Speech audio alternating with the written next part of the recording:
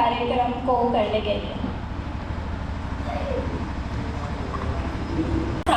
कि मतलब हम लोग अभी पढ़ाई कर रहे थे, मतलब प्राइवेट सेक्टर में जाना ज़्यादा बेटर होगा अपना करियर के लिए कि हमेशा गवर्नमेंट का तैयारी करना। देखिए मैं वही बात स्पेशल आपको वही डिफरेंस बताने के लिए वहाँ स्टेज में बोला था कि 6% 100 प्राइवेट में काम करते हैं। एक्सेप्टेंस रेट समझिए, 100 में 3 टॉपर अगर होगा तो उसमें से 1 का सिलेक्शन सरकारी नौकरी में होगा, 100 में 10 बच्चा का प्राइवेट में होगा। आप अपना क्षमता समझिए कि आप किस प्रकार से हैं। क्या आप क्लास में फर्स्ट आते हैं?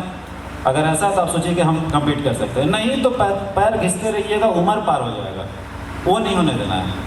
ठीक है, प्राइवेट में भी बहुत पैसा है, सरकारी में पैसा है, प्राइवेट में भी बहुत पैसा है, कहीं ऐसा अनरिलायबिलिटी नहीं है। बस ऑर्गेनाइज इनऑर्गेनाइज थोड़ा पढ़ना होगा, देखना होगा, लेकिन ग्रोथ बहुत अच्छा है। सरकारी में एक बार घुस गया धीरे धीरे ग्रोथ होता है, प्राइवेट में कोई सीमा नहीं है ग्रोथ का। ग्रोथ उनके बजाय आप पूरा समाज मिल के सबको सुदृढ़ कर रहे हैं, समझे। अगर आपके माँ बाप यहाँ बैठे होंगे, नहीं तो एक बार फ़ोन करवा दीजिएगा कि सर से बात करिए, जो बोलेंगे वो सैलरी, हेल्थ इंश्योरेंस सब चीज़ मिलता है। ठीक है, इसीलिए ऑर्गेनाइज किया, इसीलिए ये चीज़ बताने के लिए यहाँ पे हैं।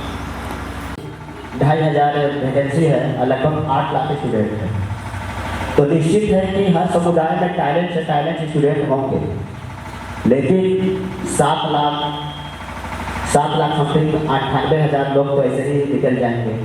अब 2500 को वहाँ पे वैकेंसी मिलेगा, लेकिन आप हमको गाइडलाइन कीजिए कि जो एग्जाम का पेपर होगा, 3 पेपर होंगे, उसमें लैंग्वेज पेपर है, उसके बारे में थोड़ा सा गाइडलाइन कर दीजिए, और इंग्लिश हिंदी जो एग्जाम होगी उसकी कितने हम लोग को कट ऑफ मार्क्स में पास करना पड़ेगा, थोड़ा सा उसको सेशन का बात किया जाए तो बहुत सटीक नंबर होता है, उसको पूरा कैलकुलेट करके बोलना पड़ता है। ऐसा नहीं है कि हम एक जनरल आंसर दे देंगे, है ना, तो वो हम अलग से बता देंगे। लेकिन जैसे एक होगा एकदम यूनिक क्वेश्चन कि सर 17वां नंबर क्वेश्चन क्या आएगा, बहुत बड़ा क्वेश्चन है। ठीक है, तो अगर आप जनरलाइज व्यू देंगे कि सर उसमें एक्सेप्टेंस रेट क्या है, या मेरे मोटिवेट हो जाए या ट्राई ही ना करना चाहे, तो उसके लिए आप क्या मोटिवेशन देना चाहेंगे इन लोगों को कि वो होता है कि शायद ट्राई करने से ही डरे या बोल रहे कि इसके लिए बताएं कि उन लोगों को कैसे मोटिवेट किया जाए। कहने मतलब 94 लोग प्राइवेट काम करते हैं। अगर आप सरकारी के लिए डिमोटिवेट हो रहे हैं, प्राइवेट के लिए मोटिवेट हो जाइएगा। जिस दिन आप जब कमाना सीख जाएंगे उस दिन और कोई मोटिवेशन का आपको जरूरत नहीं पड़ेगा, उस दिन आप पूरा लड़ जाएगा नौकरी कर लीजिएगा। पहला दिन क्या होता है, यकीन मानिए जब मेरा पहला नौकरी लगा था, बोलने वाला बात नहीं है लेकिन ओपन कह रहा हूँ कि नौकरी लगा, ऐसे गए, वो बोला कि कॉन्ग्रेचुलेसन 18 तारीख से आप ज्वाइन करिए।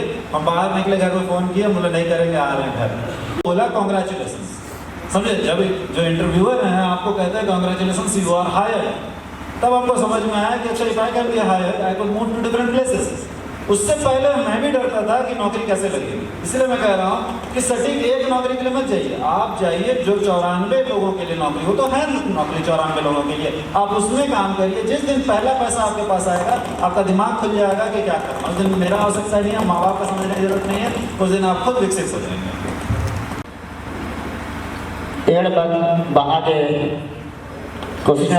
लेकिन अगर मान लगे कूड़ू फॉर्मर प्रोजेक्टर हो गई से लगे हिंदी और कूड़ू करने कचन करो उन बारे मैं ना चाहूँ कि कूड़ू की सच एमदा अलग प्रोजेक्टर होते हेठा उन बच्चों जाके माने बग्या अगर मान लन तो संगे संगे हिंदी में हम कहते हैं जन्म संस्कार, दूसरा विवाह संस्कार और तीसरा मृत्यु संस्कार। इसी में हम आदिवासियों का पूरा जीवन व्यतीत होता है। तो जैसे हम समझते हैं कि हमारा जन्म होता है, जन्म संस्कार में क्या है, जन्म होने के बाद बच्चों का छठी होना, नामकरण होना, कनबेटी होना, मुंडन करना,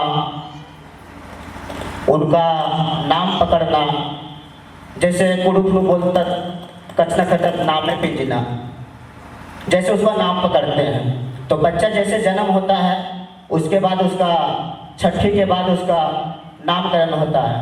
तो नामकरण हम लोग देखते हैं कि एक कटोरा होता है जिसमें पहले लोग कहीं और विवाह ये विवाह संस्कार नो मानी कर लेना माने जब से कुदरता है और चेड़ा जो है मचता है आदि विवाह जब बेचा बनी तो बेचा नो भूल भी संस्कार ही नहीं कर। वो कहने का मतलब है कि हम जब शामिल होते हैं हम कुछ नहीं समझ पाते हैं अपने कल्चर को तो कहाँ सीखेंगे? पुथी नो खरो किताब में ढूंढने से मिलेगा नहीं ना। हमारा सिस्टम ऐसे है कि खुद हम जाते हैं तो सीखते हैं। तो न भाई बेचा लोग एंडे संस्कार नहीं लेकिन अय्या एरर की नमन सीखता है।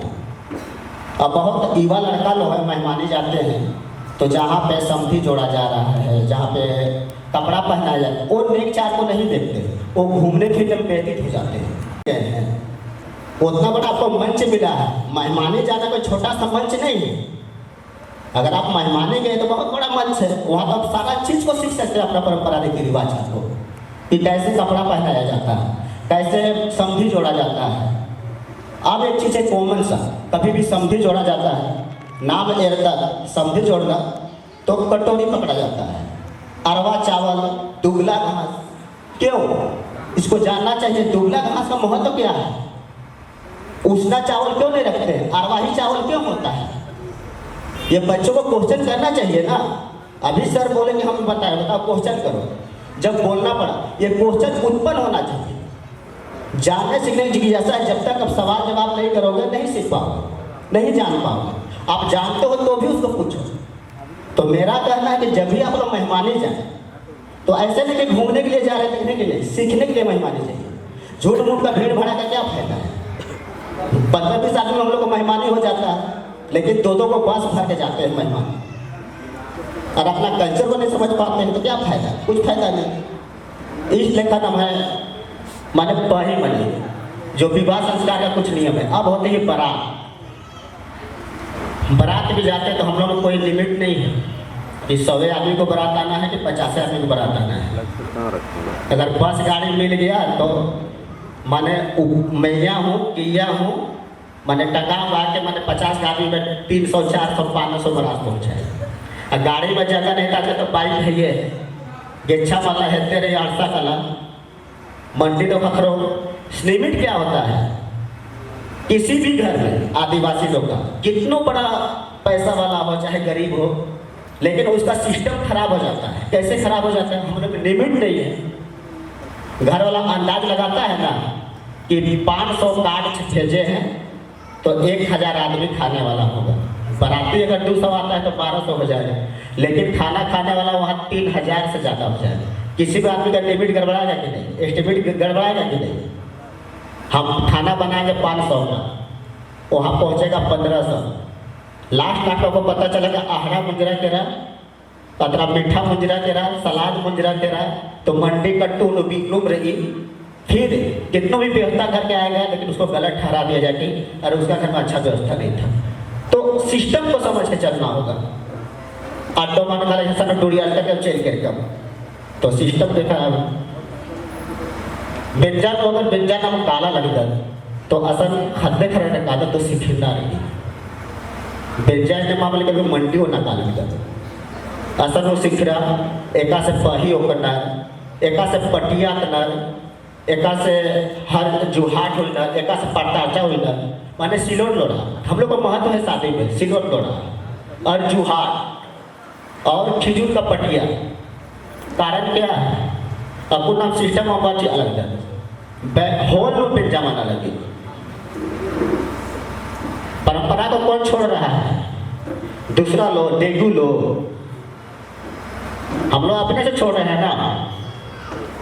तो परंपरा नो भाई समान बने अधिक आखना रही। पटिया का महत्व क्या है? सिलोट लोढ़ा का महत्व क्या है? खिजूर पटिया का महत्व क्या है? और जुहार जो दो पैर को जोड़ता है उस जुहार का महत्व क्या है? इस परंपरा को तो हम लोग को अगर हम अपने गांव में 4 शादी अगर घूम लिए तो हमको सारा परंपरा को जान जाना चाहिए। नमक कुड़भर की बेंजा का समझ। इसी प्रकार बेंजा नमक मुजरी कर ली अधिक नमक नाश तो बड़ी मृत्यु अंतिम संस्कार माने। जब नाम लेखा जिया ती सांस अपना मुजरी गली काया रही लेकिन जीजा मुंजरी गली, काजा से उर्खी गली। एक नासवर शरीर को छोड़कर आत्मा निकल जाता है तो शरीर बच जाता है। एक हज की गायन सिखबा के नामासन बहुत प्रकार के नेग नंदन ऐसा हो न भाई पुरखर की नेगर नंदन ऐसा कोई पंडित ठाकुर की जरूरत माँ पड़ रही। हमारा जो आदिवासियों का परंपरा है शादी से विवाह से लेकर मृत्यु तक का, उसमें कोई ठाकुर और पंडित के एक्सेप्ट नहीं है। हम लोग खुद अपना परंपरा को अपने पूर्वजों के साथ सीखते हैं, उसी को करते हैं। ये बात जरूर है मृत्यु संस्कार में नाम मारदत हो और ओलदादत हो।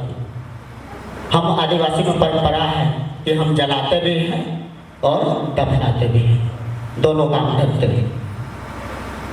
हाँ, ये बात जरूर है कि कुछ कुछ गांवों में थोड़ा सा परंपरा बदल जाती है। किसी किसी गांव में बराबर भी करते हैं और किसी किसी गांव में एक ही दिन में सारा संस्कार को खत्म कर देते हैं। किसी किसी गांव में मृत्यु में होता क्या है कि धान खेत में जैसे लगाते बिड़ा नंदन अधिक बात अगर आपातन लेकिन फेंकना गाना तो अधिक नेग नियम मानना है तो अरे एने मारना चाहिए और अरे ओन उल्लाद मार के नेग नियम बनी वहाँ बेच जाऊंगा और एकान का पता नहीं डेली करना चाहिए। तो कुछ कुछ डिफरेंट पता लिखना बनी लेकिन एमायकर बनी। जब आलर फेंकना तो अधिक एमताना दौड़ना कूदना अधिक बार सराहना उगताना, लेकिन एड़पाटी होना के पहले नाम एड़दन कि 3 बार एड़पान हो अधिक ठेकबाना अधिक नियम इधर है। अधिक हमारे 25 मिलना चाहिए। बेंजा जो अगर विदा नंदन अनु 3 बार एड़पाटी का नया हेडे लगता है तो ठंडा है तो मैं इधर नमाय पुरखर ते नर कि निभाए संस्कार अगर बेंजा बने तो नमाय खरवास नो या जोड़ा उल्ला बेंजा माविना लेकिन होना बना अपना लोग हद नहीं। हम लोग को समझना पड़ेगा। पंचांग पत्रा लोग पंडितों से दिखाते हैं लेकिन हमारा पूर्वज इतना एक्सेप्ट किए हैं कि जोड़ा दे में कोई चीज़ को शुभ काम नहीं माना जाता है। कोई भी कार्य करने के लिए फूटा, जैसे शादी विवाह में सिंदूर खरीदने जाते हैं तो 5 लोग या 3 लोग कन्या माने सम संख्या नहीं होता है विषम संख्या होता है। लिखा ना है परंपरा रीति रिवाज रही। और मृत्यु नो लाश अगर घर से निकल गया तो लोग क्या करते हैं घर के अंदर सूप में राख को छिंचते हैं, चिंती कहते थे छिंचते। अब उसमें क्या लॉजिक है कि लोग इसका मृत्यु आस्थमिक मृत्यु कैसे होगी, सही से इसका मृत्यु हुई है या कुछ कारणवश हुई है, उसको लोग राख में छिंच को देके पहचानते हैं। तो इसे भी हमें समझना होगा कि हमारे लोगों का तार्किक कैसे है। अब उसके लिए बहुत लोग भगत भटाई को जाते हैं, लेकिन पहले हमारा पूर्वज तो राख को देख के जान जाते थे कि इनका मृत्यु कैसे हुई है। पति की बात नाम उद्धार की परदादा फिर परछाई भी गिराते हैं, उसका भी परंपरा को जानना होगा। हमको निश्चित लगता है कि हमारे गांव में कोई भी बच्चा या बुजुर्ग से लेकर अभी तक अगर एक लड़का 20 साल का उम्र तक अपने गांव में जरूर 6-7 मृत्यु देखा ही होगा, तो उसे भी समझ लगा हमारा मृत्यु संस्कार कैसे है। ये चीज को देख कर हमको जानना होगा। मोटा मोटी मेरा कहना यही था कि हमारा परंपरा संस्कार जो है अपने गांव घर में ही, किताब में या पंडितों और ठाकुरों से सीखने की जरूरत नहीं है। अपने गांव को बूढ़ा बुजुर्ग के साथ और सीखने की इच्छा होनी चाहिए, जानने की इच्छा होनी चाहिए। अगर मृत्यु हो गई किसी का तो उसको देखो कैसे उसका संस्कार किया जाता है। नाद बरोबर के नाम गेंछा मोहब्बत का आफत बलत मला बहुत सारा नाम है देवी देवता नाद बहना। हमारे बहुत सारे देवी देवता है उसको अदर लोग भूत बोलता है, चूल्हा भूत, चूल्हा नाद, कुंडी नाद। अब बताओ मसना में हमारे पूर्वज है जो वहां पे भूत है, मसना में हमारे पूर्वज है कि भूत है। मसना में जो गुड्डी हम लोग चढ़ते हैं वहाँ पे हमारा पूर्वज है कि भूत है? तो क्यों हम लोग प्रचार करते हैं कि वहाँ पे भूत है? किताब में वैसे नहीं है, ये हमारे यहाँ पे भी लिख दिया तो उसमें 100% सही है ऐसा भी कहना नहीं है, उसमें भी गलत हो सकती है, लेकिन जानना पड़ेगा कहाँ गलत है और उसको विरोध भी करना हम ही को पड़ेगा। चलिए तब हम बहुत ज़्यादा समय ले लिए, इसके एक बार दिया जाता है, दूसरा पुरखों के नाम से, और अभी तीसरा जो हम लोग अभी जीवित हैं, जो लोग कर रहे हैं जीवित हैं, समाज में है, परिवार में है, उनके नाम से दिया जाता है। इस तरह 3 बार होता है, इसका यही मतलब बताया जा रहा है। धन्यवाद। वो 20 रुपया कमाया, वो 2.5 महीना में 15 रुपया कमाया। इसको आप लोग सोच सकते हैं कि जो मेहनत करके 15 रुपया कमाएगा उसमें भी कितने सारे व्यक्ति को हिस्सा है, और मात्र 1 दिन में 20 रुपया कमा लिया। ये टेक्निक कहाँ है? ये चीज़ को भी हम लोग को सीखना होगा कि 1 दिन में कैसे 20 रुपया कमाए। तो अगर कोई जानकारी दे तो, लेकिन इसमें बहुत सारा मिक्स है कि बंजर हो जाता है या बहुत तरीका की बातें होती है। तो मेरा जानने की इच्छुक है कि महिलाएं को खेल जोड़ना क्यों मना है, इस विषय में थोड़ा प्रकाश पाएंगे। उसमें एक चीज़ को और हम ऐड कर देते हैं, बृहस्पति के दिन भी हम लोग समाज में हल नहीं जोता जाता है। बृहस्पति के दिन भी ऐसा अभी भी है, बृहस्पति के दिन में नहीं जोते, लेकिन आधुनिक युग आ गया तो लोग उस दिन में भी ट्रैक्टर से हल जोत रहे हैं। लेकिन बृहस्पति के दिन तो लक्ष्मी का दिन मानते थे, इसलिए शायद उस दिन नहीं जोतते थे, लेकिन महिलाएं नहीं जोतती थी। इसका बहुत सारा हमारा रूढ़िवादी परंपरा रहा होगा। तो इसका क्वेश्चन हम फिर से नगराज सर को। भी समुदाय है, एक समुदाय है आदिवासी समुदाय और दूसरा है गैर आदिवासी समुदाय। आदिवासी समुदाय की रीति रिवाज, परंपरा, संस्कृति, नेकचार, नियम, कायदा गैर आदिवासियों से बिल्कुल अलग है। समाज में जिसे मान्यताएं हैं, बारात जब भी जाता है, अभी तो समय के अनुसार कुछ परिवर्तन हो रहा है, घर छाड़ना हुआ, खपड़ा का घर छाड़ना हुआ तो महिलाएं छप्पर पे नहीं चढ़ेगी। अगर चढ़ती है तो उसका कान को क्या किया जाता है, सबको मालूम है, कान को छेद दिया जाता है, माने खून देखा जाता है उसका। वर्जित है, यह व्यवस्था बना हुआ है। शादी भी होता है तो लड़का बारात लेकर लड़की के घर जाता है, ऐसा है या नहीं? व्यवस्था बना हुआ है। शादी भी करती है तो लड़कियां अपने सुहाग की रक्षा के लिए मांग भरती है, लेकिन लड़का क्या हमेशा टीका लगाता है? महिलाएं जहां कहीं भी जाती है तो मांग भरेगी ही भरेगी, अभी भी भर के ही आई जो शादीशुदा है। लेकिन जिस दिन शादी हुआ, लड़का को टीका दी, महिलाएं दी है और ये सिंदूर दिया है, लेकिन क्या लड़का हमेशा टीका लगा के कहीं भी जाता है? लेकिन महिलाएं मांग भरती है कि नहीं भरती है? यह सामाजिक व्यवस्था बना हुआ है, इसलिए महिलाएं छत पर नहीं चढ़ती है। जला के मार दिया जाता था, बहुत सारा ऐसा परंपरा है। खैर एक दिन में तो हम लोग नहीं खत्म कर। अरे हाँ बेटा, आ गए? हाँ खुश रहो। अच्छा ठीक है, बैठो, मैं पानी लेके आती हूँ तुम्हारे। ठीक है।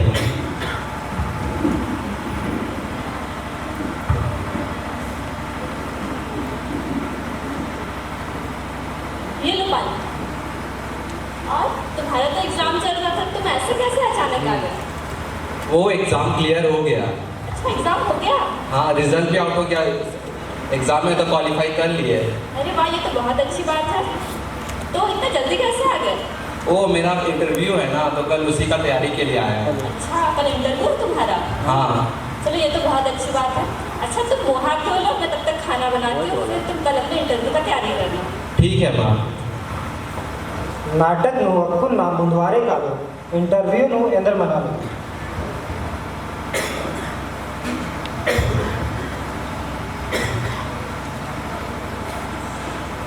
May I come in, sir? Come in, come in. Okay, you can sit down. So, Somrao Rao, can you introduce yourself, please? Yeah, my name is Somrao Rao.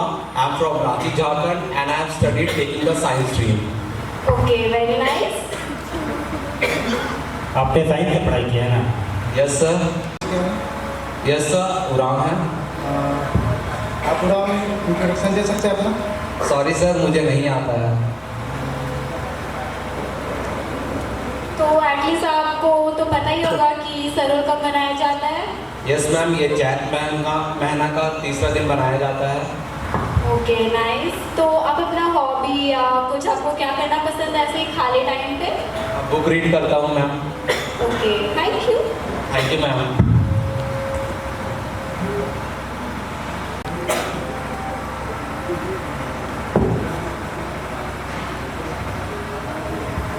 Ma'am come in sir. Come in. Good morning sir. Good morning ma'am. Good morning. तो रोहन कुमार जी, क्या आप अपना परिचय दे सकते हैं? हाँ दे सकता हूँ। मेरा नाम रोहन कुमार है। मैं रांची झारखंड का रहने वाला हूँ। गांव मेरा शकरपत्ता है। आप अपने नॉलेज क्वालिफिकेशन या एजुकेशन क्वालिफिकेशन के बारे में बताइए प्लीज़। मैं साइंस लेकर पढ़ा हूँ जेकर कॉलेज से। ओके। आपने ज्योग्राफी भी क्या आपने लिया था? क्या बोले सर? आपने ज्योग्राफी भी लिया था? या सर ज्योग्राफी था, कुड़ुक में था। तो आप बतला सकते हैं झारखंड का सबसे ऊंचा जलप्रपात कौन सा है? झारखंड का सबसे बड़ा जलप्रपात ये लॉज फॉल है। और ये कहाँ स्थित है, किस मैंने जिला में? सर ये लातेहार में है। एंड ग्रेजुएशन साइंस नु जेवियर कॉलेज थी लंचका राधा। अच्छा, तो आप बता सकते हैं सरूल में क्या होता है? सरूल एक हम लोग का नया साल के रूप में मनाया जाता है।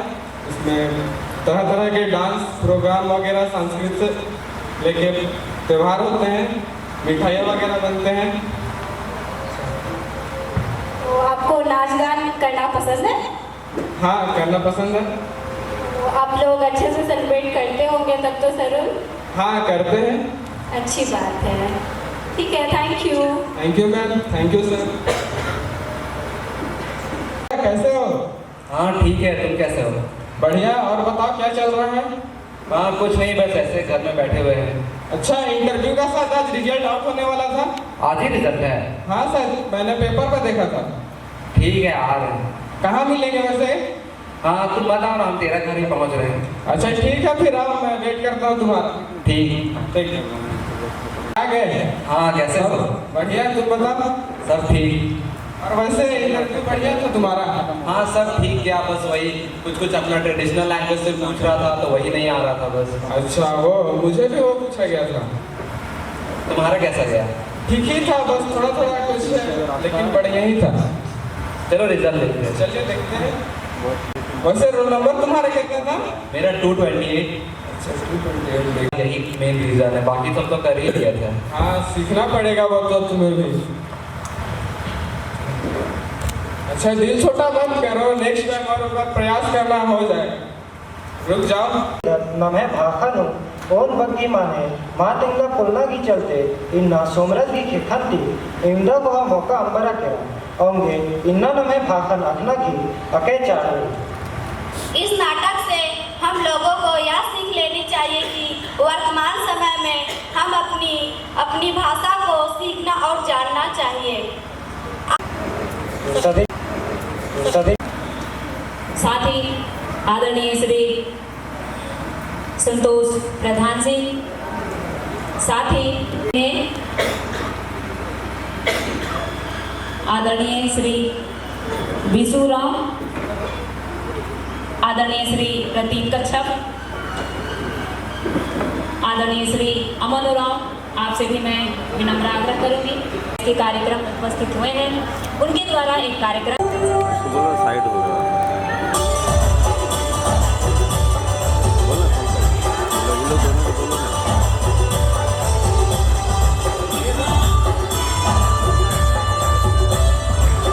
दोनों साइड, अरे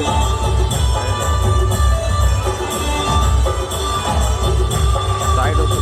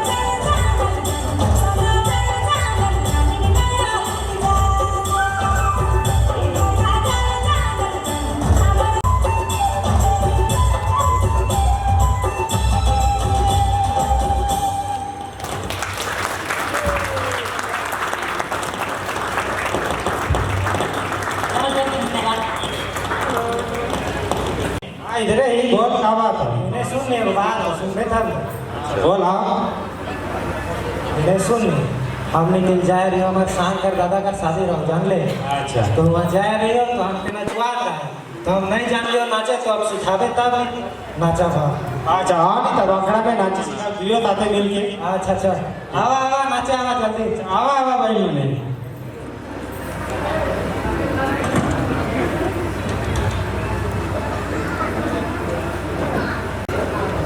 इसके तुरंत बाद का जो हमारा सेशन है पेपर प्रेजेंटेशन के लिए वो आदरणीय श्री अरविंद भगत जी तैयारी करेंगे। तो आप सबों के बीच प्रस्तुत है शशि एवं उसके ग्रुप और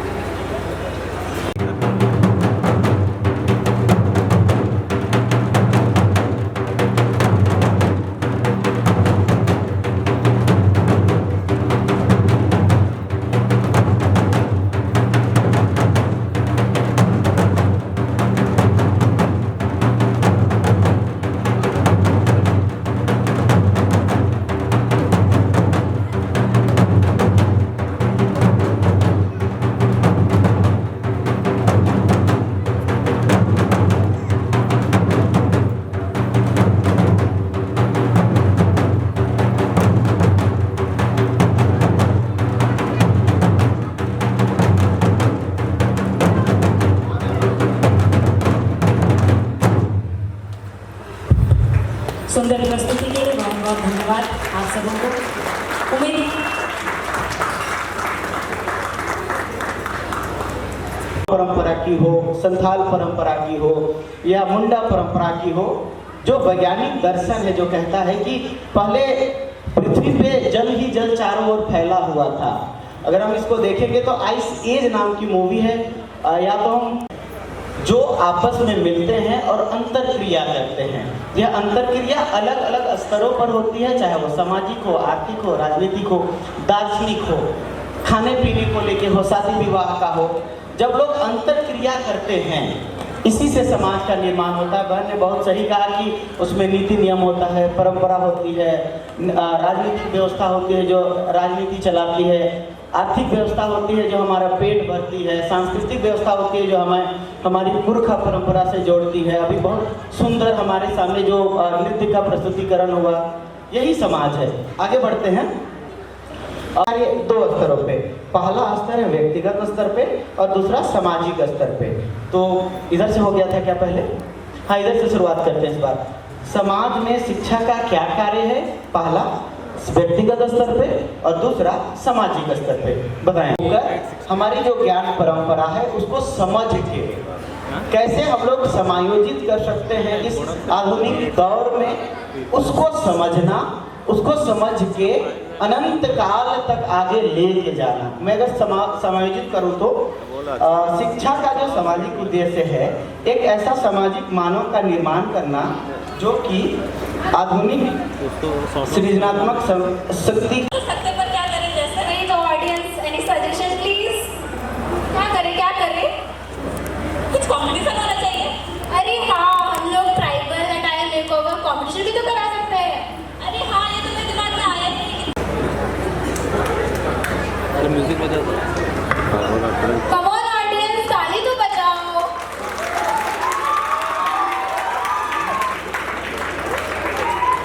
इधर हो, एक थोड़ा साइड हो। और जो पहले आएगा और अच्छे से रेडी हो गया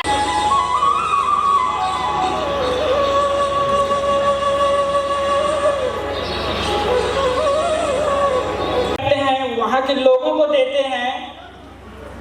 आज आप देख सकते हैं कर्मा और भी कुछ त्योहार मुंबई, दिल्ली और विदेशों में भी मनाए जाते हैं। तो ये हमारा संस्कृति का ट्रांसफर हो रहा है, वैश्वीकरण हो रहा है और कुछ हम वहाँ से भी सीखते हैं। दिल्ली का कल्चर, मुंबई का कल्चर, विदेशी कल्चर जो हमारे लिए प्रगतिशील है।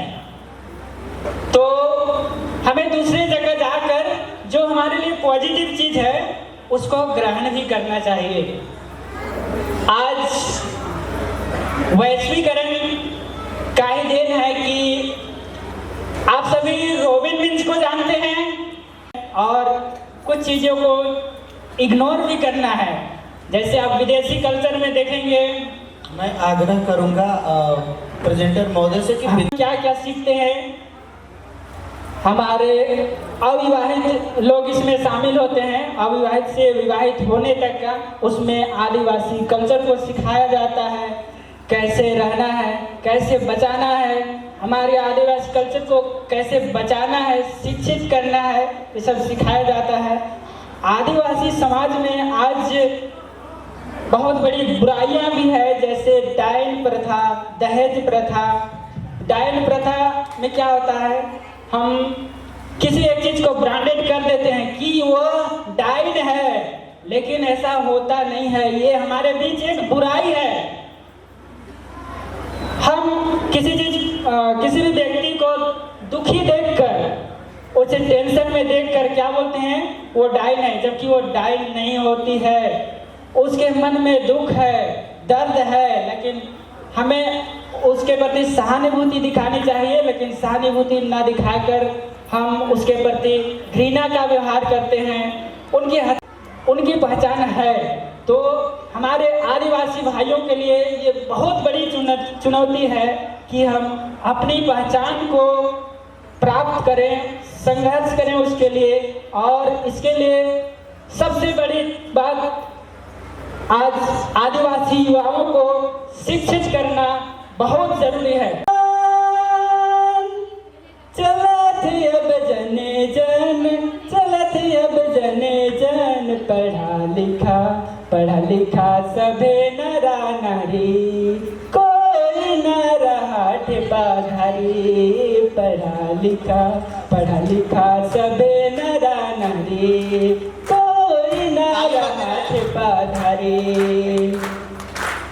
माँ से मकान पढ़ा, खस खलिहान पढ़ा, खस खलिहान पढ़ा, भासरे भारत के पढ़ा, पढ़ी लिखी भारत उठवा। भासरे भारत के पढ़ा, पढ़ी लिखी भारत उठवा। वीडियो अप्सरा को फौज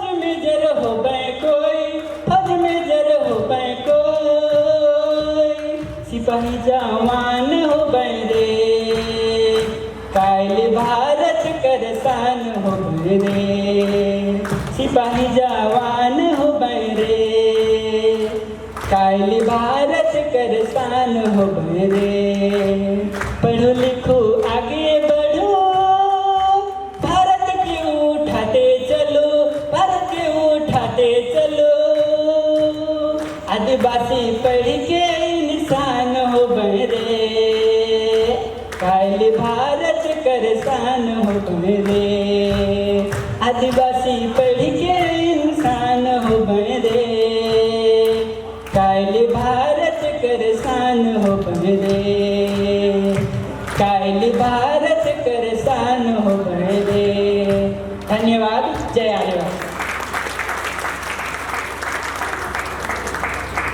या फिर हमें खुश होने की जरूरत है, एक व्यवस्था दे दी जा रही है, बिल्डिंग बना दिया जा रहा है, बिल्डिंग यहाँ भी बनाई गई है, लेकिन इसके अंदर में क्या हो रहा है, तो इसी की बारीकियों को मैं थोड़ी आपके सामने संक्षिप्त में ही रखने की कोशिश करूँगा। अगर लंबी होगी, रेजिडेंशियल स्कूल है, गुमला के बहुत ही सुदूर क्षेत्र है, जो भी पार्ट डूमर पार्ट जो आप सुने हैं, उस संदर्भ में मैं इस प्रयास की बात कर रहा हूँ, बाकी संदर्भ आपसे मिलकर जुड़ती है।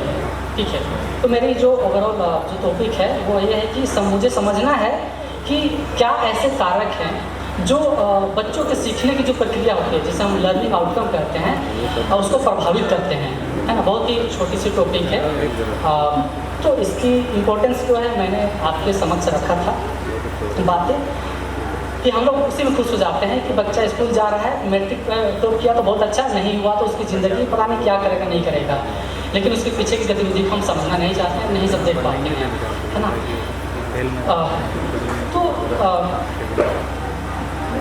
तो थोड़ी सी मैं कॉन्टेक्स्ट बता दूँ कि ये स्कूल जो है वो उन बच्चों के लिए दिया गया है जो बच्चे वाकई में बहुत ही डिपेंडेंट लोगों को तैयार करना होगा, जो अपनी जो बौद्धिक विचार अलग अलग नेतृत्व तैयार हो। तो इसकी जो बुनियादी शुरुआत तो हम कभी सभी मानते होंगे ना कि स्कूल से ही शुरू होती है, समाज से ही शुरू होती है, इस प्लेटफॉर्म पे हम सभी सहमत होंगे। तो इस लेवल पर मैं जब अंदर जाता हूँ तो मैं ये देखना चाहता हूँ वहाँ पर कि जैसे मैंने कहा कि जब बच्चा पहली क्लास से दूसरी क्लास जाता है, दूसरे से तीसरी क्लास जाता है, तो हम कहते हैं ना कि कुछ पहली क्लास में कुछ तो ऐसा सीखा होगा, तब तो दूसरी क्लास गया होगा। क्या मैं समझा पा रहा हूँ अपनी बातों को? उसके बाद तीसरी क्लास से चौथी क्लास जाता है, कुछ तो सीखता होगा, क्योंकि हम लोग सीधे 10वीं क्लास लाते हैं और 10वीं क्लास देखते हैं कि हाँ बच्चा 10 क्लास पास करता है, मतलब उसकी तो अब है कुछ, और मतलब भी कुछ सीखने की प्रक्रिया होती है। तो मैं उसको देखना चाह रहा था ताकि एक पैरामीटर हो। दूसरी और वहाँ पे क्या क्या वातावरण है जो उसको अभी मदद कर रहे हैं। जी मैं बताना चाहूँगी, इनका रिसर्च प्रश्न था, आपको सही बात है जी। हाँ, वो कहीं ना कहीं नहीं भी आती है, और इस तरह से क्या होता है, इस पूरी प्रक्रिया में हमारे बच्चे ही नहीं सीख पा रहे हैं, और ये बहुत बड़े मेजर लेवल पे ये सारी चीज़ें हो रही है। तो इस पर मतलब बहुत कुछ है बताने के लिए, लेकिन मोटी मोटी मैं ऐसी बातें कर रहा हूँ जहाँ पे हम सारे कनेक्ट कर पाएँ चीज़ों को। तो मुझे यहाँ से समझ में आता है कि इस तरह के प्लेटफॉर्म की ज़रूरत क्यों है, और हमें किस दिशा की ओर आगे बढ़ने की ज़रूरत है। मैं उम्मीद करता हूँ मेरी इस छोटे से रिसर्च के माध्यम से आपको मैं अपनी बातों को पहुँचा पाया, और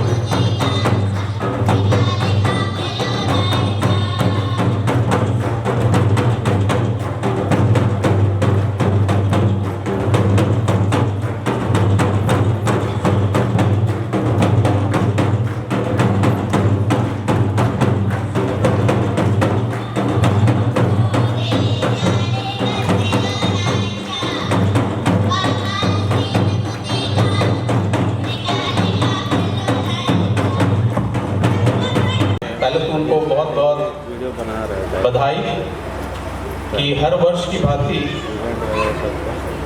उन्होंने इस वर्ष भी ये प्रोग्राम का आयोजन किया और तमाम जगह से हमारे समाज के अगुवागण,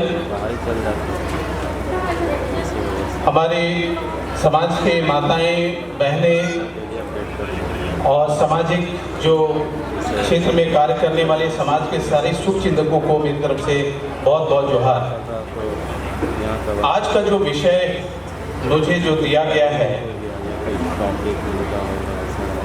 वो है कानून से संबंधित, विधि से संबंधित और खासकर आदिवासी और उसके संबंधित जो कानून है उससे संबंधित। आज जिस विषय पे हम लोग और जिस मंच पे हम लोग जो बैठे हैं, धुमकुड़िया, धर्मकुड़िया जिसको हम बोलते हैं, वो भी हमारे एक तरह से सामाजिक संरचना का केंद्र बिंदु है। जब हम आदिवासी बोलते हैं, जैसे मैं सुन रहा था कि आपसे एक प्रश्न किया जा रहा था कि आदिवासी कौन है ना? ये प्रश्न किया जा रहा है कि आदिवासी कौन है। ये आज के संदर्भ में हमको जानना जरूरी है, क्योंकि हम देख रहे हैं चौतरफा आदिवासियों के जो विशिष्ट संस्कृति है, उनकी जो पहचान है, उनको जो पहचान बना, अगर संरक्षण और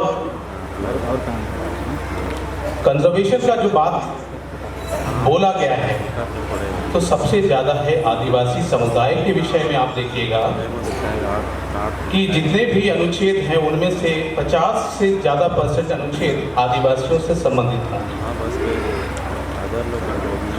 जब हम संस्कृति की बात करते हैं या आदिवासियत की बात करते हैं तो मैं थोड़ा चाहना चाहूँगा कि हम अपने तरीके से आदिवासियत को परिणामों में, चाहे वो 5वीं अनुसूची का हो, चाहे वो पैसा के कानून में हो, क्योंकि पैसा में भी बहुत सारी बातें लिखी हुई है, या 5वीं अनुसूची की बात लिखी हुई है, उसको हम सही मायने में हम अमली जामा पहना सकते हैं और जो आदिवासी होने का जो हम गर्व करते हैं उसको हम बरकरार रख सकते हैं। और उसी विशिष्ट संस्कृति को हमको और आपको जीना है और उसी कि केंद्र बिंदु में हमारी धुमकुड़िया व्यवस्था है।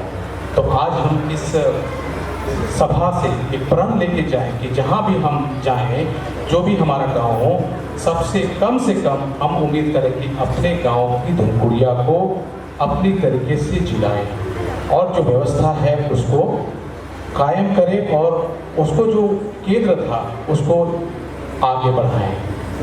तो इतना कहकर मैं ज़्यादा चुके हैं, फिर भी एक बार खुद से अपना परिचय दे रही हूँ। मैं निशी कश्यप, वरीय सहायक लोक अभियोजक, व्यवहार न्यायालय खूंटी में पदस्थापित हूँ। आज के इस धुमकुड़िया प्रोग्राम में यहाँ पर उपस्थित सभी छोटे बड़े माता पिता, साथी, गुरुजन सभी को जोहार करती हूँ, जय धर्म करती हूँ, जोहार करती हूँ, जय धर्म। आज के इस धुमकुड़िया मंच से मुझे जो विषय दिया गया है विधिक जागरूकता या लीगल अवेयरनेस का, कोशिश करूँगी कि कम शब्दों में आप लोगों के समक्ष में रखूँ। जैसे इससे पहले रामचरण दादा ने बहुत अच्छे तरीके से संविधान के बारे में और उसमें जो प्रावधान दिए गए हैं हम अनुसूचित जाति जनजातियों के लिए, उसको बहुत अच्छे तरीके से दादा ने हमारे सामने रखा। उम्मीद करती हूँ कि आप लोग उसको सुने होंगे, समझे होंगे, क्योंकि अगर नहीं समझेंगे तो फिर आज ये धुमकुड़िया का मंच जो हम लोग को मिला है, आने वाले दिन में शायद ये भी हमारे लिए नहीं रहेगा। तो इसीलिए दादा की बातों को जो उन्होंने रखा है उस पर अमल करना भी जरूरी है। और उसी के साथ संविधान पर मैं थोड़ा सा कुछ अपना जो अनुसूचित जनजातियों के लिए जो कुछ अधिकार दिए गए हैं उनको मैं संक्षिप्त में चर्चा करूंगी। उसके बाद फिर जो विधिक जागरूकता अभियान जो आए दिन चलाया जाता है उस पर मैं थोड़ा सा दृष्टि डालूंगी। उसके बाद डाइनिंग और प्रथा प्रतिषेध अधिनियम का छोटा सा 1-2 मिनट का, उसके बाद बाल विवाह से संबंधित, घरेलू हिंसा से संबंधित, तेजाब संविधान क्या है, संविधान किसने बनाया, कितने दिनों में बना, हम लोग सब जानते हैं। हमारे लिए क्यों संविधान सबसे जरूरी है? संविधान के अलावा और ऐसा कोई भी प्रावधान नहीं है जहाँ की स्पष्ट रूप से हमारे अधिकारों को बताया गया है या हमारे लिए जो भी प्रावधान है वो उस संविधान में निहित है। इसके अलावा और कोई भी ऐसा लेख नहीं है या फिर कोई भी ऐसा एक्ट नहीं है जहाँ अनुसूचित जाति जनजातियों को जो है उनके लिए कुछ प्रावधान किया गया है। एक तरह से हम कहें तो संविधान हमारे लिए ब्रह्मास्त्र भी है, हमारा संरक्षक भी है, हमारा मार्गदर्शक भी है। संविधान की बदौलत हमें बहुत कुछ प्राप्त है, जिसके जरिए आज हम यहाँ बैठे हुए हैं, हमारी सभाएं हो रही हैं। इसके अलावा बहुत सारे अधिकार हम लोगों को प्राप्त है संविधान से। हम जानते हैं, हम लोग स्कूल से पढ़ते आते हैं कि मौलिक अधिकार प्राप्त है। हम लोगों को नीति निर्देशक तत्व जो उसमें बहुत सारी बातें हैं वो प्राप्त है। इन सब के जरिए हम आगे बढ़ते हैं। संविधान में जो कुछ बातें दी गई हैं उसको मैं संक्षिप्त रूप से आप लोग के सामने में थोड़ा सा रखना चाहूँगी, और यदि थोड़ा सा समय ज़्यादा होता है तो उसके लिए मुझे माफ़ कीजिएगा। थोड़ा सा समय आप लोग का ज़्यादा लूँगी, लेकिन कोशिश करूँगी कि जो भी मैं बातें बताऊँ सबके लिए उपयोगी है।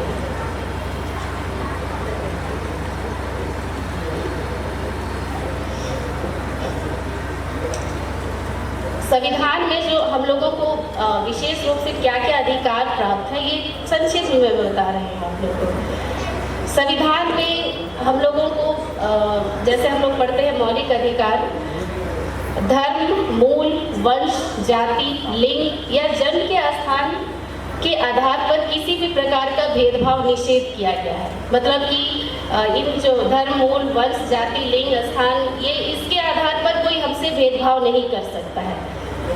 इसी के साथ राज्य को अनुसूचित जाति और जनजाति एवं सामाजिक एवं शैक्षिक रूप से पिछड़े नागरिकों की उन्नति और प्रगति के लिए कोई भी उपबंध बनाने का अधिकार दिया गया है। ये संविधान से ही हम लोगों को प्राप्त है।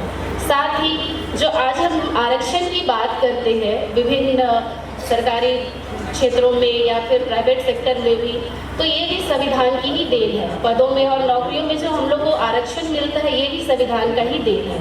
साथ ही जो प्रॉपर्टी हम लोग खरीद बिक्री करते हैं उसका भी कुछ हद तक प्रावधान संविधान में है, और गलत तरीके से अगर कुछ होता है तो उसके रोकथाम के लिए भी बहुत सारा प्रावधान। अनुसूचित जनजातियों के कल्याण के लिए जो आयोग दादा इससे पहले चर्चा कर रहे थे वो भी संविधान में ही दिया गया है कि राष्ट्रपति जो है अनुसूचित जातियों जनजातियों के उत्थान के लिए, विकास के लिए एक आयोग को नियुक्त कर सकता है, उनके लिए एक गाइडलाइन ये कर सकता है।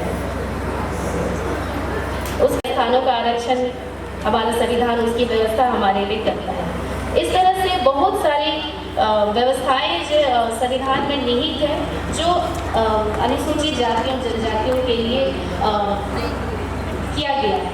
मतलब कि जो हम कहें कि संविधान हमारे लिए संरक्षक है, हमारा ब्रह्मास्त्र है। इन्हीं सब कारणों से संविधान जो है हमारा संरक्षक और ब्रह्मास्त्र दोनों है। बाकी जो हम आए दिन पढ़ते हैं संविधान को, मौलिक अधिकारों की बात करते हैं, उनको जानना चाहिए, अपने जीवन पर लागू भी करना चाहिए। संविधान ऐसा टॉपिक है जिस पर हम लोग चर्चा करना चाहें तो पूरा एक दिन का सेमिनार चाहिए उसको समझने के लिए। कम शब्दों में जो है संक्षिप्त में मैं संविधान के बारे रूप से प्रताड़ना, शारीरिक रूप से प्रताड़ना, शादी हो जाने के बाद में ससुराल गए, ससुराल में सास ससुर से और भी रिलेशन जितने हैं उनसे आजकल हमारे बीच दहेज की प्रथा भले नहीं है, लेकिन प्रभाव पड़ता है दूसरे धर्म से भी, दूसरे समाज से भी, तो लोग उससे भी प्रभावित हो जाते हैं और कहते हैं कि भाई तुम 1 लाख रुपया दो, 2 लाख रुपया दो, गाड़ी दो, मोटरसाइकिल दो। इस तरह का डिमांड लेकर के हमारे बीच में जो महिलाओं के साथ अत्याचार किया जाता है, उसके लिए भी हमारे कानून प्रावधान करती है कि ऐसी महिलाओं को जो है संरक्षण मिलेगा, और जो उनके साथ इस तरह का घरेलू हिंसा या मारपीट या मानसिक शारीरिक प्रताड़ना करेगा, उनको भी दंडित किया जाएगा। घरेलू हिंसा में बहुत सारा आता है, जैसे शारीरिक प्रताड़ना, लैंगिक शोषण, मौखिक या भावनात्मक उत्पीड़न, किसी को हम डांट रहे, गाली दे रहे हैं, वो भी बहुत बुरी तरीके से गाली गलौज उसके साथ कर रहे हैं, उसको भावनात्मक मतलब उसको कि हीन भावना के साथ हम लोग ये कर रहे हैं, ऐसा उसके साथ हम लोग व्यवहार करते हैं कि एकदम वो अशुद्ध है, उसको खाना नहीं दे रहे हैं, उसको एक कमरे में बंद कर दिए हैं, उसको तेल साबुन पानी कुछ भी नहीं दे रहे हैं, ना बर्तन दे रहे हैं, ना कुछ भी नहीं। तो ये हो गया हमारा भावनात्मक उत्पीड़न। लैंगिक शोषण तो हम लोग जान ही रहे हैं, सेक्सुअल टाइप से जो शोषण होता है, आए दिन जो केसेस की संख्या बढ़ते जा रहे हैं, हम लोग छोटा मोटा बात को भी लेकर के कोर्ट पहुंच जाते हैं। कोई घर परिवार में गाली गलौज हुआ तो हम देख लेंगे वाली बात हो जाती है। अगर कोई थोड़ा सा संपन्न फैमिली है तो बोलेगा कि हम तुमको कोर्ट से समझ लेंगे, और जो निर्बल उसके सामने जो थोड़ा निर्बल है बेचारा क्या करेगा, कोर्ट तक उसको जाना ही पड़ेगा अगर अगला पार्टी जाएगा तो ऐसी छोटी छोटी बातों को निपटान करने के लिए जो है न्यायालय में एक मीडिएशन सेंटर का क्या बोलेंगे उसको स्थापना किया गया। ये भी संविधान के माध्यम से ही ये प्रावधान आया है। मीडिएशन सेंटर में आप जैसे केसेस जो भी होते हैं छोटे मोटे, इसमें आता है कि 3 साल से कम का जिसमें सजा का प्रावधान होता है। जितने भी हम लोग क्राइम करते हैं तो सभी का एक सजा का प्रावधान उसमें बटा हुआ है। जैसे अगर किसी का मर्डर कर दिए तो उसमें आजीवन कारावास है, अगर चोरी कर लिए तो उसमें 7 साल का सजा है, अगर हल्का मारपीट किए हैं तो उसमें 1 साल 6 महीना से साल भर या 3 साल तक का सजा है। तो ऐसा डिवाइड किया हुआ है। अपराध का प्रकृति के हिसाब से ऑफेंस जो लोग करते हैं उसके प्रकृति के उसके नेचर के हिसाब से सजा का प्रावधान है। तो जितने भी 3 साल से कम के केसेस हैं उसका निपटान मीडिएशन सेंटर में होता है। साथ ही जो आजकल हम लोग 498A सुनते हैं, मतलब कि कोई भी शादीशुदा महिला जो है दहेज मांगने को लेकर के केस करती है तो 498A के तहत करती है। तो हम लोग सुनते हैं कि वो उसके ऊपर दहेज का केस कर दिया है। तो ये मामला का भी निपटान मध्यस्थता केंद्र में होता है और मध्यस्थता केंद्र बहुत अच्छा है। अगर हमारे बड़े बुजुर्ग यहाँ बैठे हुए हैं, अगर ऐसा कुछ मैटर है सुलह करने लायक है, अगर किसी के अगर कोई केस से पीड़ित है तो मध्यस्थता केंद्र में जाइए और वहाँ अपनी बातों को रखिए और छोटी मोटी बातों को सुलह कर लेना ही समझदारी होती है, क्योंकि लड़के कोई फायदा होने वाला होता नहीं है, अपना आर्थिक नुकसान ही। इसीलिए साइबर क्राइम के जो भी एक्सपर्ट होते हैं वो कहते हैं कि आपका मोबाइल हो, लैपटॉप हो, जो भी ये क्या बोलते हैं उसको इलेक्ट्रिक या फिर हम लोग जो यूज़ करते हैं आजकल क्या बोलेंगे इसको भाई मन में है वो में नहीं आ रहा है, तो उसको सेफ रखना है। और सेफ कैसे रख सकते हैं? एंटीवायरस से सेफ रख सकते हैं। अपने लैपटॉप को और अपने मोबाइल को हमेशा एंटीवायरस डालिए। 2-4 कितना टाइम होता है, कितना उसका लाइफ टाइम होता है वो तो जानकारी नहीं है, लेकिन 2 महीना 6 महीना जो भी है एंटीवायरस आप डालिए और अपने फ़ोन को अपने लैपटॉप को सुरक्षित रखिए और अपना डाटा फिर किसी को शेयर ना करें। और लास्ट टाइम साइबर क्राइम का मैं सेमिनार गई थी 1 दिन का, तो उसमें बहुत सारी बातें बताई गई थी, वो तो अभी संभव नहीं है बताना। लास्ट में एक बात बताया गया था, जो भी साइबर क्राइम के तहत मनी से फ्रॉड, मनी रिलेटेड फ्रॉड होता है, जिनके साथ ट्रांजैक्शन से संबंधित जानकारी फ्रॉड होता है जिसके साथ, वो उसका हेल्पलाइन नंबर शायद किसी को पता हो, परदादा का नाम पकड़ते थे। जैसे पहले नाम पकड़ने का बहुत वजह होती थी, कोई बुध को जन्म हुआ तो बुधवा, कोई मंगल को जन्म हुआ तो मंगरा, चाहे कोई पर्व का दिन हुआ, कर्म का दिन तो कर्मा, कर्मी, खद्दी के दिन, सरों के दिन तो खदनी, खद्दी, इस प्रकार के नाम लोग पकड़ते थे। उसी प्रकार आज हम लोग एडिशनल ऐसे नाम पकड़ते हैं, अपने नामों को पकड़ने में हमें शर्म आती है। दूसरा बात हो गया कि जब उनका छठी होता है तो उनका नाभि, जो नाभि टूटता है ना, तो नाभि गाड़ा जाता था। तो पहले लोग उसको नाभि को घर के आंगन में या दरवाजे में नाभि को लोग गाड़ते थे। हमारे में अभी तो लोग हैं क्या, बच्चे आधुनिकता में आ गए हैं, जन्मदिन मनाते हैं। हम लोग का जिस दिन छठी हो गया, नाभि गड़ा गया, वही हमारा जन्मदिन है। केवल महापुरुषों विद्वानों का जन्मदिन मनाया जाता है, लेकिन आज फैशन हो गया जन्मदिन मनाना। उसके बाद हम कहते हैं कि अपना परंपरा संस्कृति बचाना चाहिए, और जन्मदिन मना रहे हैं दूसरे को परंपरा संस्कृति को, तो अपना संस्कृति को हम बचा रहे हैं, है कि नहीं? जन्मदिन हमारा मनाना है, बर्थडे। नाम लेना चाहूंगी आदरणीय श्री अमन खालतू जी, आयोजक समिति के ओर से एक छोटा सा अंगवस्त्र सरना गमछा दे, और मैं एक बार पुनः बुलाना चाहूंगी बड़े सम्मान के साथ आदरणीय सविता खालतू जी को। आप सभी के योगदान के लिए आयोजक समिति आभार प्रकट करती है, धन्यवाद कहती है। सरना प्रार्थना सभा रांची महानगर के अध्यक्ष आदरणीय श्री संजय कुजूर जी के करकमलों से सम्मानित करने के लिए, और साथ ही एसटी एम्प्लॉय वेलफेयर एसोसिएशन बिखरी हुई है, समेटने का प्रयास कर रहे हैं। और इधर भैया, इधर देखते हैं, इधर समाज को एक करने में अपना विशेष योगदान दे रहे हैं। आप सभी के योगदान के लिए बहुत बहुत आभार। इधर आइए, चलिए।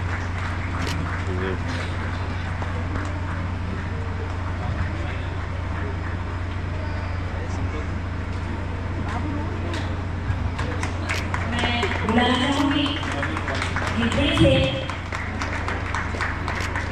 आदरणीय श्रीमती सावित्री टीचर जी कि आप भी मंच में आने का प्रयास करेंगे। और हमारे बीच इस वक्त हमारे भूमिया 2023 के कार्यक्रम में उपस्थित हुए हैं आदरणीय श्री झरिया बेटा जी, आपका हार्दिक हार्दिक स्वागत है।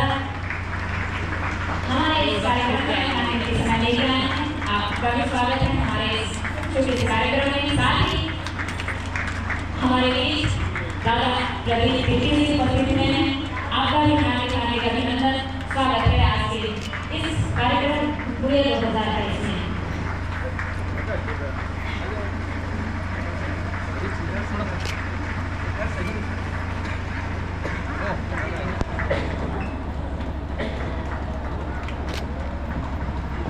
हम सभी बच्चे, आप तमाम अभिभावकों से आशा और उम्मीद करेंगे कि आप सभी की आशीर्वाद हम सबों के ऊपर सदा इसी तरह बनी रहे, और अभिभावक और बच्चे सभी मिलके हमारा समाज को सुंदर सुदृढ़ बनाने में सभी अपनी जिम्मेदारियों को बखूबी निभाने का प्रयास करेंगे आने वाले समय में।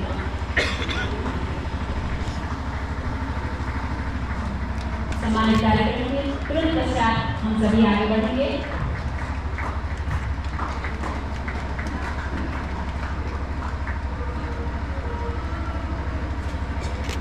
सम्मानित कार्यक्रम के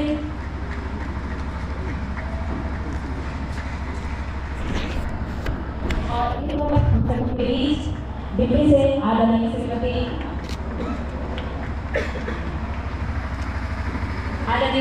मंजू देवी भी उपस्थित हुई हैं, उनका भी मैं हार्दिक हार्दिक अभिनंदन स्वागत करती हूँ। मैं इनका नाम बड़े सम्मान के साथ लेना चाहूँगी। हम सभी बहुत लोग से परिचित हैं। क्या आप सभी जानते हैं हमारे आदिवासी समाज में हमारा एक बहुत ही टैलेंटेड है आदरणीय श्री जानते हैं क्या? तो उनकी माता श्री हम सभी के बीच हैं। उनका हम सभी बड़े सम्मान के साथ हमारे लोकप्रिय 2022 के इस मंच में हार्दिक अभिनंदन स्वागत करते हैं। जोरदार तालियों के साथ।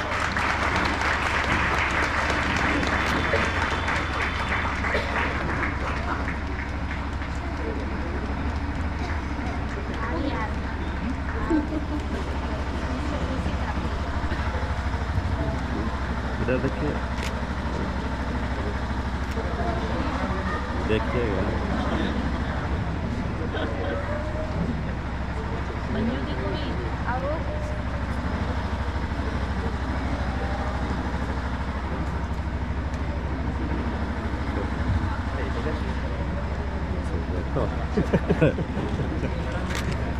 चलिए रवि सर आइए, कैमरा पकड़िए। अच्छा पंकज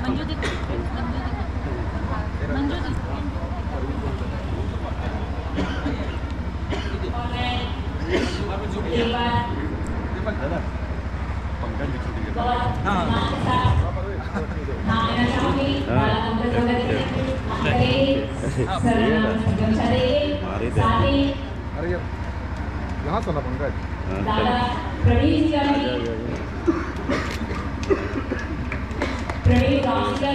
स्वागत करेंगे, सम्मान करेंगे। ऐसे ले लिया तेरा की तरफ मारेगा।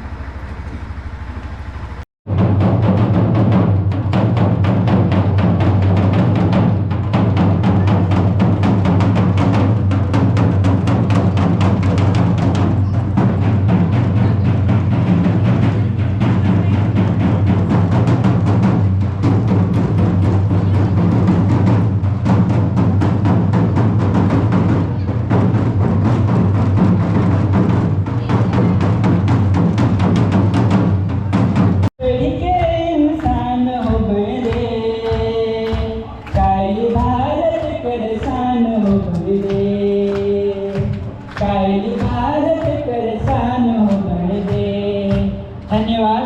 जय आनंद।